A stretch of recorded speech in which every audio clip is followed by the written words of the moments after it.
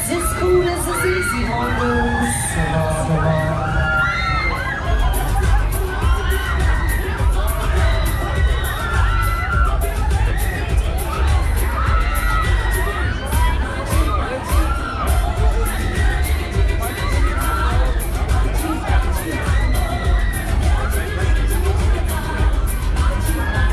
Ey, was ist denn los, ihr Quietschmäuse? Seid alle noch fit, ja?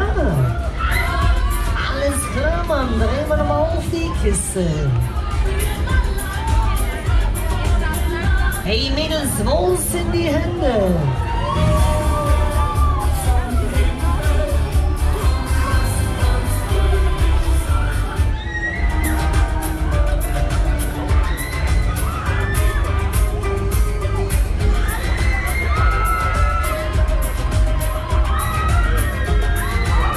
Hey Mann auf 23 Meter, hier.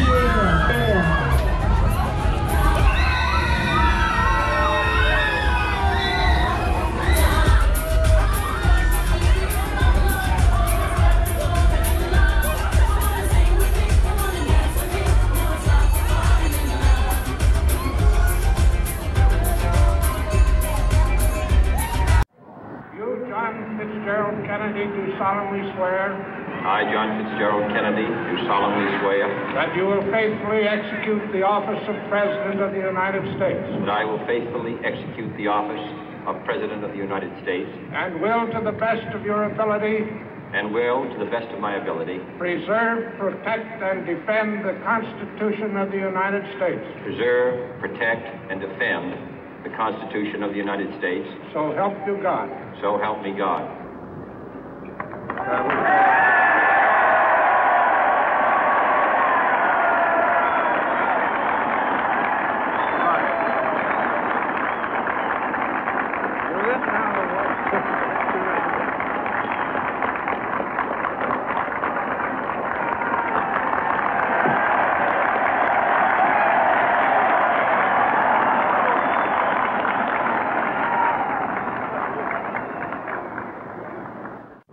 Vice President Johnson, Mr. Speaker, Mr. Chief Justice, President Eisenhower, Vice President Nixon, President Truman, Reverend clergy, fellow citizens. We observe today not a victory of party, but a celebration of freedom, symbolizing an end as well as a beginning, signifying renewal as well as change. For I have sworn before you and Almighty God the same solemn oath our forebears prescribed nearly a century and 3/4 ago. The world is very different now, for man holds in his mortal hands the power to abolish all forms of human poverty and all forms of human life. And yet the same revolutionary beliefs for which our forebears fought are still at issue around the globe. The belief that the rights of man come not from the generosity of the state, but from the hand of God. We dare not forget today that we are the heirs of that first revolution.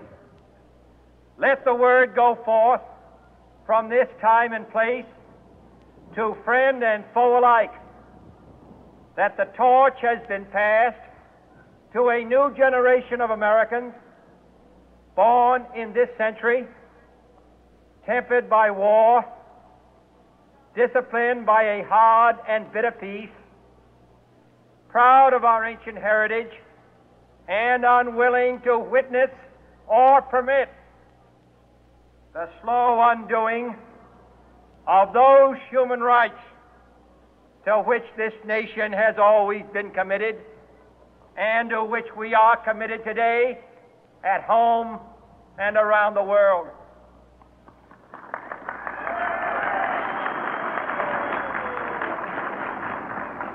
Let every nation know, whether it wishes us well or ill, that we shall pay any price, bear any burden, meet any hardship, support any friend, oppose any foe, to assure the survival and the success of liberty.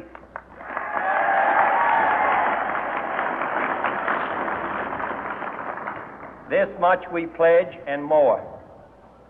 To those old allies whose cultural and spiritual origins we share, we pledge the loyalty of faithful friends. United, there is little we cannot do in a host of cooperative ventures. Divided, there is little we can do, for we dare not meet a powerful challenge at odds and split asunder. To those new states whom we welcome to the ranks of the free, we pledge our word that one form of colonial control shall not have passed away merely to be replaced by a far more iron tyranny.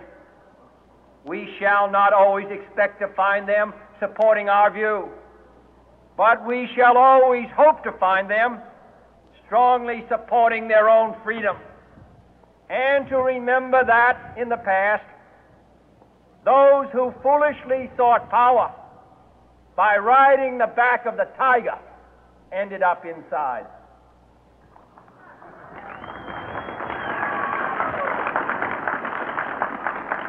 To those people in the huts and villages of half the globe struggling to break the bonds of mass misery, we pledge our best efforts to help them help themselves for whatever period is required, not because the communists may be doing it, not because we seek their votes, but because it is right.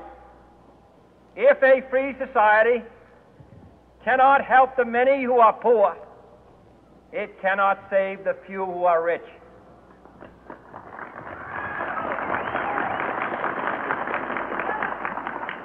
To our sister republics south of our border, we offer a special pledge to convert our good words into good deeds, in a new alliance for progress, to assist free men and free governments in casting off the chains of poverty.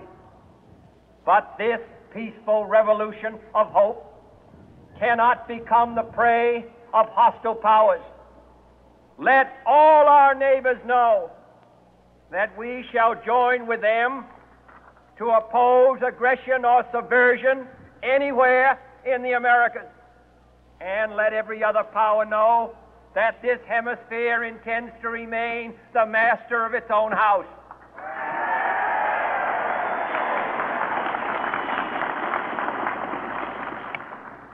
To that World Assembly of Sovereign States, the United Nations, our last best hope, in an age where the instruments of war have far outpaced the instruments of peace, we renew our pledge of support to prevent it from becoming merely a forum for invective, to strengthen its shield of the new and the weak, and to enlarge the area in which its writ may run.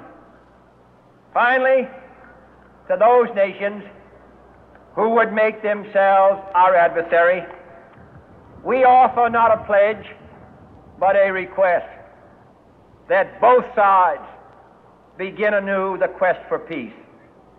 Before the dark powers of destruction, unleashed by science, engulf all humanity in planned or accidental self-destruction, we dare not tempt them with weakness, for only when our arms are sufficient beyond doubt can we be certain beyond doubt that they will never be employed. But neither can two great and powerful groups of nations take comfort from our present course, both sides overburdened by the cost of modern weapons, both rightly alarmed by the steady spread of the deadly atom, yet both racing to alter that uncertain balance of terror that stays the hand of mankind's final war. So let us begin anew, remembering on both sides that civility is not a sign of weakness, and sincerity is always subject to proof.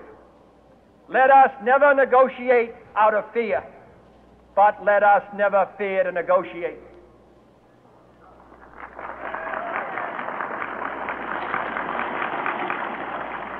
Let both sides explore what problems unite us, instead of belaboring those problems which divide us. Let both sides, for the first time, formulate serious and precise proposals for the inspection and control of arms, and bring the absolute power to destroy other nations under the absolute control of all nations.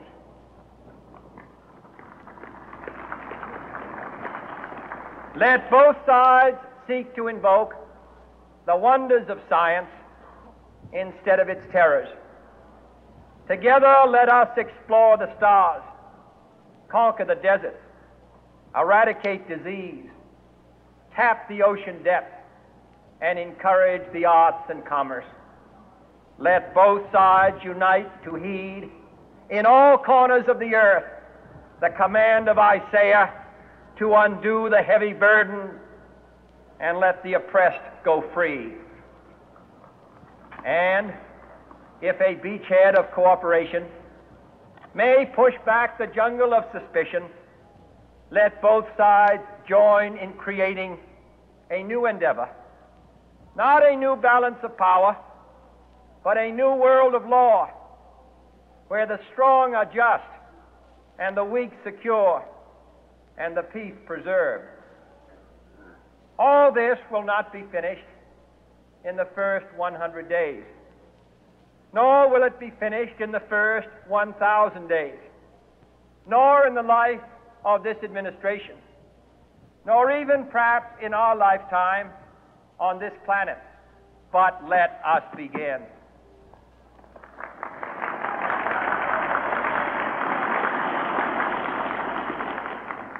In your hands, my fellow citizens, more than mine, will rest the final success or failure of our course.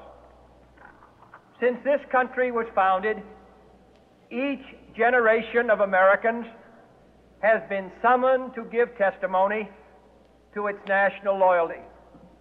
The graves of young Americans who answered the call to service surround the globe. Now the trumpet summons us again, not as a call to bear arms, though arms we need, not as a call to battle, though in battle we are, but a call to bear the burden of a long twilight struggle, year in and year out, rejoicing in hope, patient in tribulation, a struggle against the common enemies of man, tyranny, poverty, disease, and war itself. Can we forge against these enemies a grand and global alliance, north and south, east and west, that can assure a more fruitful life for all mankind? Will you join in that historic effort?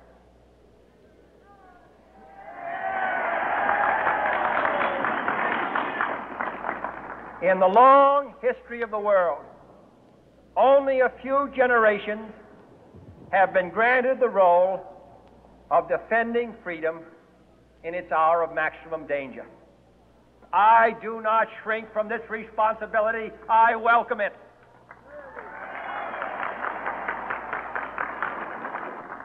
I do not believe that any of us would exchange places with any other people or any other generation. The energy, the faith, the devotion which we bring to this endeavor will light our country and all who serve it. and the glow from that fire can truly light the world. And so, my fellow Americans, ask not what your country can do for you, ask what you can do for your country.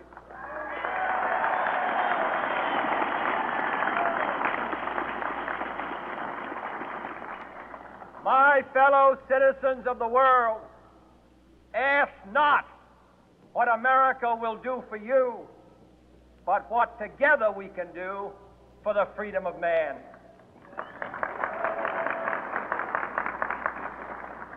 Finally, whether you are citizens of America or citizens of the world, ask of us here the same high standards of strength and sacrifice which we ask of you. With a good conscience, our only sure reward, with history the final judge of our deeds, let us go forth to lead the land we love, asking His blessing and His help, but knowing that here on earth God's work must truly be our own.